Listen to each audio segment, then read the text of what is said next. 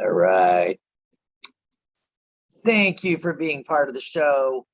Some of the stuff I know I'm talking about, it probably doesn't make you like super comfortable because some of the stuff we're talking about, maybe, that's part of the problem is if you don't know what you're doing, and a lot of people don't know, they're acting as a successor trustee and they think, okay, this is fine. We were talking to a successor trustee, gosh, just the other day, and he was like, no, I think I'm doing fine, no big deal. We're just dividing everything up, and as we go along, we're just, if we find some money, we just divide it between the 5 kids. And I said, well, other than that, what have you done as the trustee? Oh, we're just, as we find money, we divide it up. I said, what about the property? Oh, no, my sister's just living there in mom and dad's house. When did she move in? Oh, she moved in like 8 months ago. And the challenge with all of that is that none of that's legal. I mean, when I was in court literally about 4 weeks ago, I had a judge that was really upset that the trustee didn't sell everything within a few months. I mean, you wait the 120 days and sell. And, a lot of people toy with the house. Oh, we don't know what to do with the house or the investments. And let's just think about it for, 6 months or a year or 2 years. And then next thing you know, it's a year or 2 or 3 years later. And then they get a notification from the county assessor's office. Hey, we noticed that the owner's passed away and here's your new tax bill. Or, hey, we noticed that the utility bill is in the name of somebody that's passed away. We're going to turn off the utilities. And there's just a lot of things that people do that are literally under the California probate code and the California laws. They're actually not legal. And when I say that, I'm not saying, criminal activity, but it's not legal. It's not appropriate under the law. And that means that if the trustee does something that causes expense or damage or concern, then the trustee will have to pay those damages, the loss, the money spent back to that trust. For example, years ago, we had a case that just, it was back when the real estate market was getting kind of twitchy, and the mom and dad died, and the brother, to the consternation of his 4 sisters, had decided, I'm not going to sell mom and dad's house without updating it. So over the next year and a half, almost 2 years, he would go in and we'd work on it a little bit. He would hire independent contractors to come in and do some work for him. And, he redid the bathrooms, he redid the kitchen, they put in new carpeting. This was a few years ago, and he spent about $80,000 on this upgrade of the property before he put it up for sale. And in the meantime, the market took a crash and it literally dropped. The value of the property dropped about another $80,000 to $90,000. And it was literally provable. We could show that before the trustee took over, the property was worth $80,000 more than when he sold it. And it was because of this waiting period where he was remodeling and fixing it up and sprucing it up. And I don't know what advice he got. Maybe he got some real estate professional to say, if you put in 80 grand, you're going to get another 100. And that may be okay for a regular person, but for a fiduciary, for a successor trustee, that's actually not legal. They can't do that because it's gambling. It's too big of a risk. So in this particular case, the property dropped so much in value and he spent money. Where did he get that money? He got the money from the trust. $160,000 in remodel and lost value just because the trustee didn't act. What does a judge do with that? The judge says, you should have sold that property because the trust says distribute to the 5 of you. It doesn't say mess around with it, try to increase in value. It just says distribute. And you didn't distribute within a reasonable time. In fact, it is so far out of being reasonable that I'm surcharging you. And literally the judge said, you have to pay $160,000 out of your share back to the trust so that your sisters can get that money because you cost the estate that money. And I thought that was really harsh, but this was several years ago. I thought it was pretty harsh, but when you look at the case law and how it's supported, it's not harsh. The successor trustee is not allowed to waste trust money gambling. And what do I mean by that? If you have somebody telling you, hey, successor trustee boy, if you put $50,000 into this house, remodeling the kitchen, upgrading, painting, doing this and that and the other, you could probably get $70,000 or $80,000.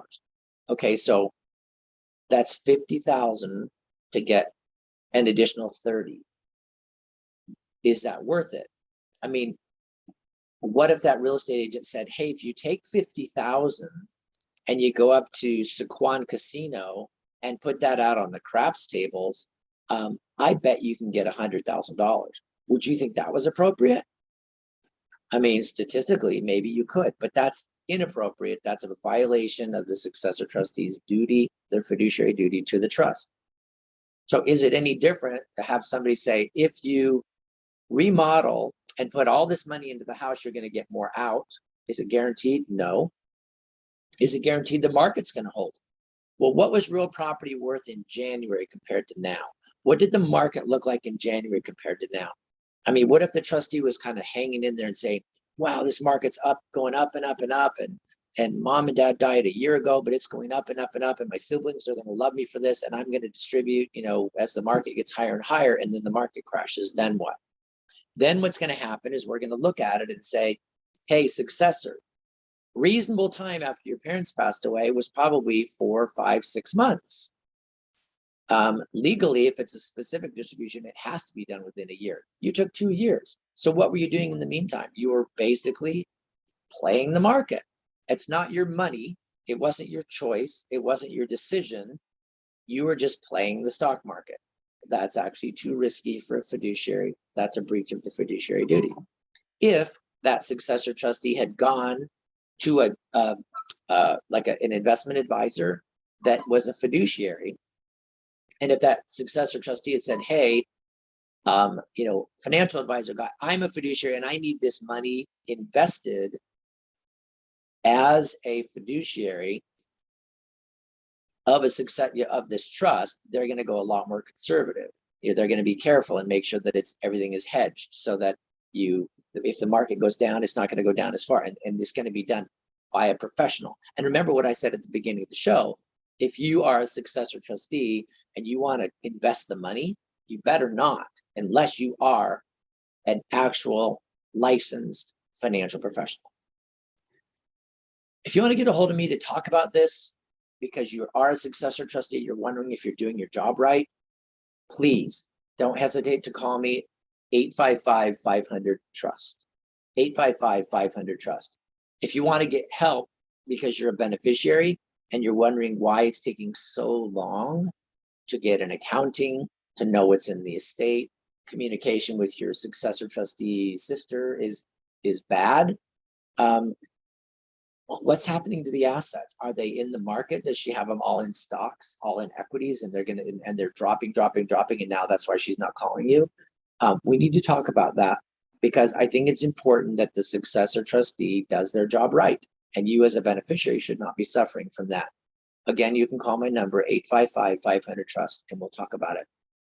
And one thing I do want to mention is, many of you know, but many of you may not know, that my firm, GQ Law, also takes care of families' tax problems. We deal with business tax problems, personal tax problems, and we help people resolve them by dealing with the state of California, the Internal Revenue Service, the different taxing agencies, and we can help you get through that. So it's just another thing that I've been doing as an attorney for 30 years. We have a tax legal department, we call it, dealing with legal problems and tax.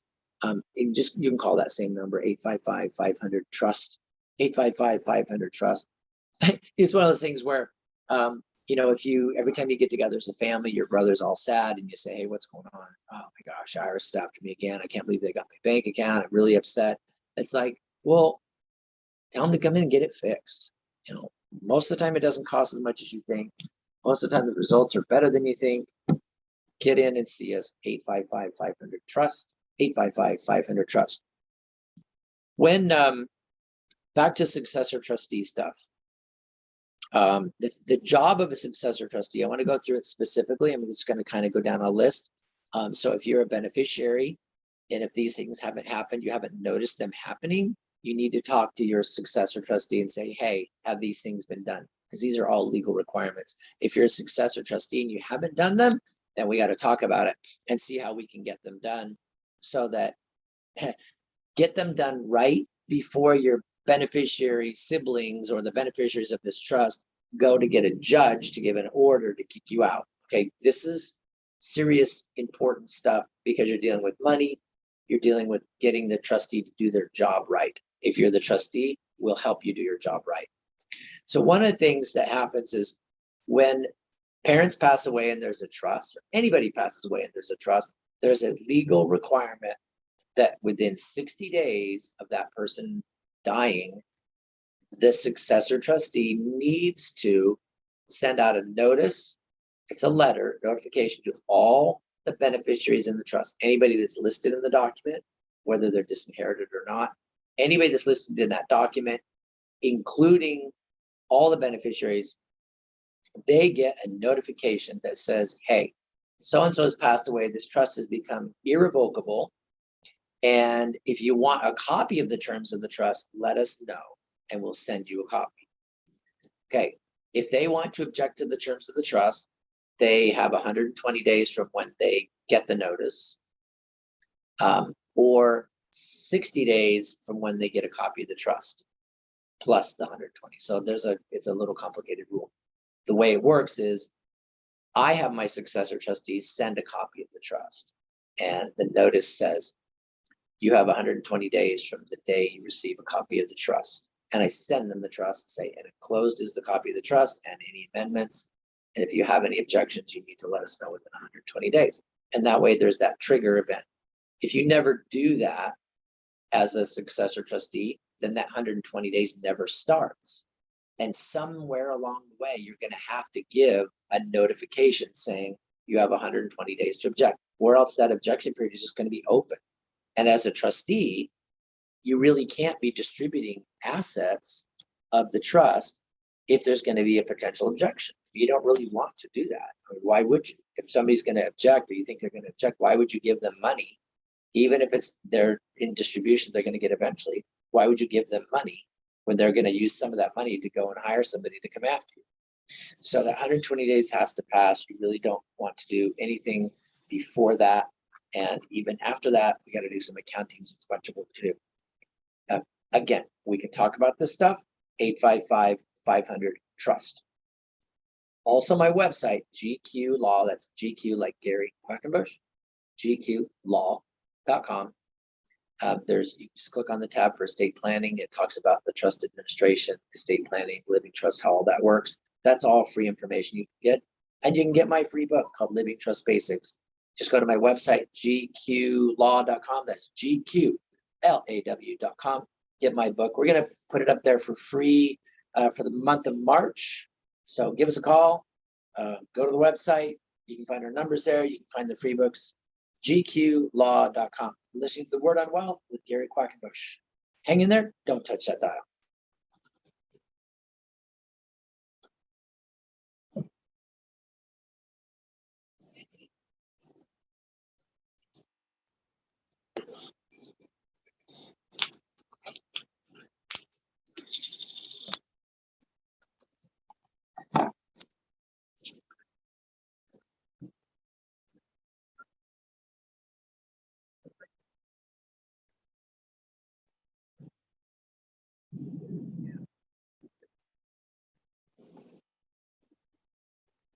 Say that again.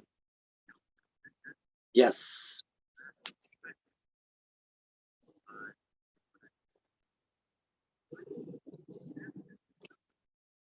Yeah.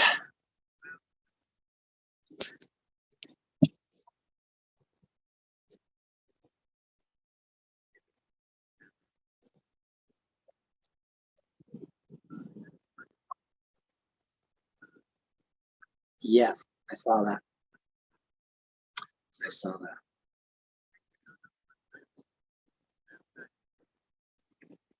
Dang it. I can't turn off my sound.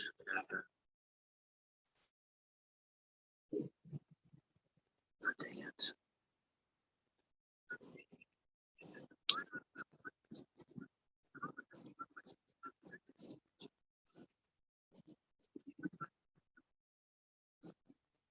All right, folks, welcome back to the Word on Wealth. So good to have you along. Gary Quackenbush. One of the things, if you are interested, we're going to be talking about how to be a successor trustee. As soon as I figure out what's going on with my phone. Anyway, we're putting it up on YouTube live, and sometimes I have my problems with my little YouTube thing. Okay. All right. So then, okay, so think about what's going to be interesting to find out is first of all,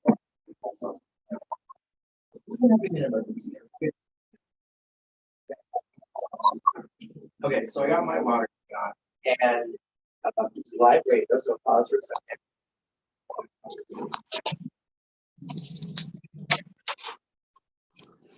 You speak. Okay, I know this is like crazy. So This is live radio. it's live radio, water on the place. So here we are. Gary Quackenbush with water in my lap.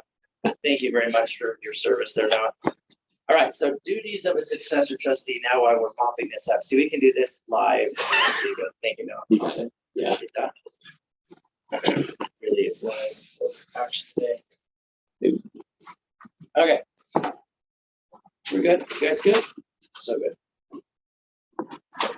All right, so what a trustee's job? Number one, as we talked about, the trustee has to provide the notification to the all the beneficiaries, which gives them a copy of the terms of the trust. And in my opinion, not my opinion, it's just the way the law works. You give them a copy of the terms of the trust. The other thing is you have to give, under California law, you have to notify creditors. You have to give them the right to make a claim against the estate.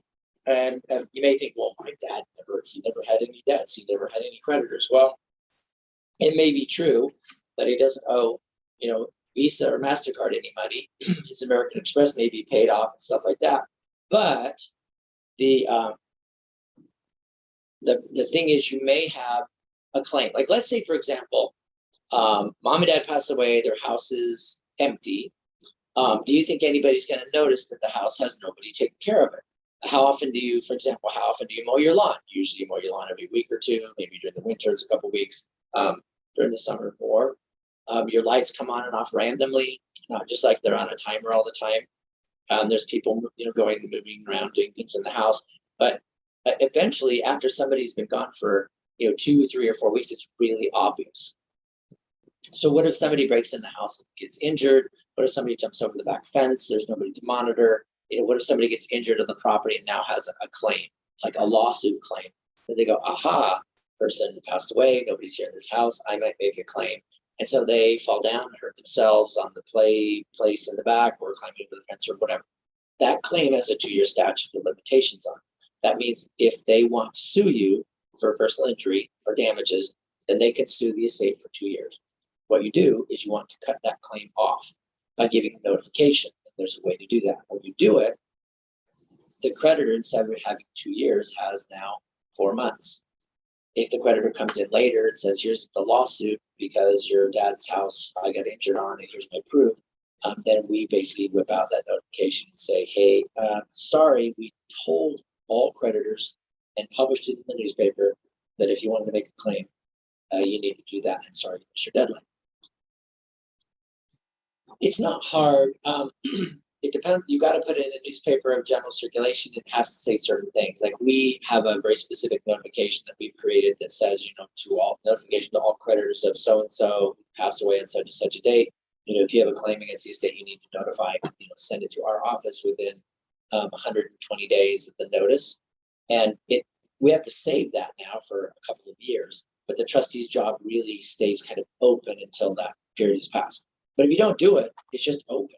You have that whole 2 years. So we send out notification, get everything taken care of. We do all the other duties of the successor trustee, and then we can close the estate. And if somebody comes back later, it's just too late. But I see so many times people are acting as the successor trustee and they think they got their job right, but they never did the notification to creditors. So then what? The other creditor that has to get notification is Department of Health Services, because there may or may not be a claim by the Department of Health Services, depending on whether they received any assistance or subsidies, or they need to be notified. Yeah, they have to be notified before the estate is distributed. So like if I get a case, and it's been going on for a while, and I say, have the Department of Health Services been notified? No, but we can't do anything until we get the Department of Health Services notified too. And there are these really weird legal requirements that if you don't do them, you're setting yourself up as the trustee, you're setting yourself up to have liability later. Because with any of these things, if a creditor comes back later, if the Department of Health Services comes back later with a claim, and I've seen that happen, the successor trustee cannot go after the beneficiaries and say, ooh, sorry, I messed up. I didn't realize DHS had a $10,000 claim. I need you guys to give me some money back so that I can pay the claim. The beneficiaries can say, that wasn't our responsibility. That was yours. You pay it. And, that's real money. I don't want to mess up.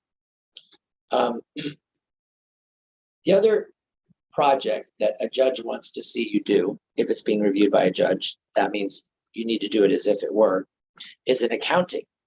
And that's where you provide information to all the beneficiaries of all the money that was in the estate, what happened to it, where it was deposited, account for all the expenditures in and out, and then give them a listing of exactly how much money they're going to get. Those beneficiaries then each have the opportunity to review that accounting and make sure that they don't have any questions. And if the beneficiaries all agree and will sign off saying, we agree with the accounting, we agree with the amount of money that we got, we're happy with the trustee's work, then the trustee's work can be completed and the trustee can be released from their duty as successor trustee. If they don't agree, then we need to go to the judge, which is in probate court, and say, Judge, I'm the successor trustee and I've done a good job, and here's my accounting. And you file it with the court, and the court reviews the accounting. They have their examiners look at it, and they determine whether the accounting is worthy of approval. And you get a court order that says the accounting is done right, and the judge will give a court order saying, go ahead and distribute the money according to the accounting. So without the court order, you need to have all the beneficiaries agree. You don't dare distribute the estate and just say, you guys got your share, because they can go to court to come after you for an accounting because they're entitled to it. The law says if they ask for an accounting, they need to get it within 60 days or else you're in breach of your duty as a successor trustee.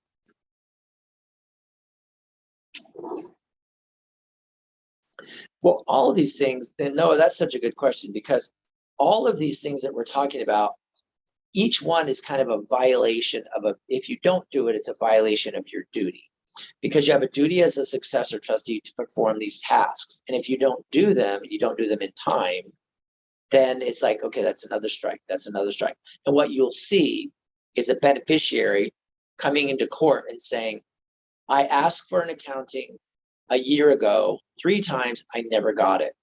I didn't get notification of the trust for 8 months after mom died. So that's strike 1, strike 2. Then we look at what the trustee did. Did they notify the Department of Health Services? No, that's strike 3. Did they notify the creditors in a newspaper of general circulation? No, that's strike 4. It's like, did they manage and handle the money properly? Yes, they did. They got the bank account, they managed it, they haven't touched any money, they're just hanging on to it, letting it sit there.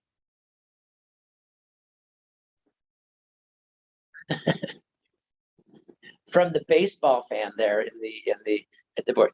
I know, it's like, I'm sorry, I shouldn't use a baseball analogy. But yeah, they get several strikes. These are just all kind of strikes or slashes against the trustee. So what you're doing in front of the judge is, if I'm the attorney representing the beneficiary and saying, hey, my sister's the successor trustee and she didn't do these 4 or 5 things, the judge is going to go, well, that's a big one, strike 1. That's a really big one, strike 2. And these 3 over here, they add up to strike 3. Is that better? We're good. So yeah, so that's a ball strike. So you get your 3 strikes and you're out. And the judge then at that point, once they see how bad it is, the judge can look at it and say, I'm going to require you to qualify for a bond because there's, $400,000 in a bank account, and the will or the trust may say there's no bond required, but now the judge is suspicious of the trustee's behavior, and the judge could say, for you to continue, you need to get a bond. So they got to go do an application to get like insurance on the money that they have left. And if they can't get insurance, they get kicked out.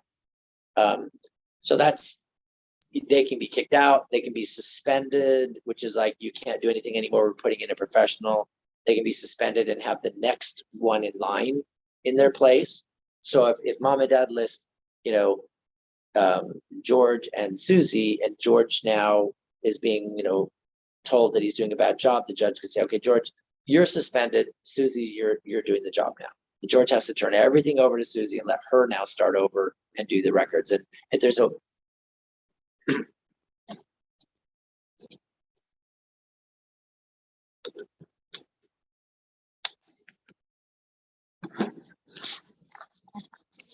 no, that's true. Because if you don't know what you're doing, it is. But Noah, the way that gets resolved is people just need to simply, not do it themselves. They just need to get a professional, somebody that does this all the time. Like my firm, we do it all the time. And I just, being a successor trustee is not a do-it-yourself job. It's just not. I mean, I don't care how many videos you watch or anything like that. It's just not a do-it-yourself job. And if you want help with this, you're listening on the show, you can re-listen to this. You can go to our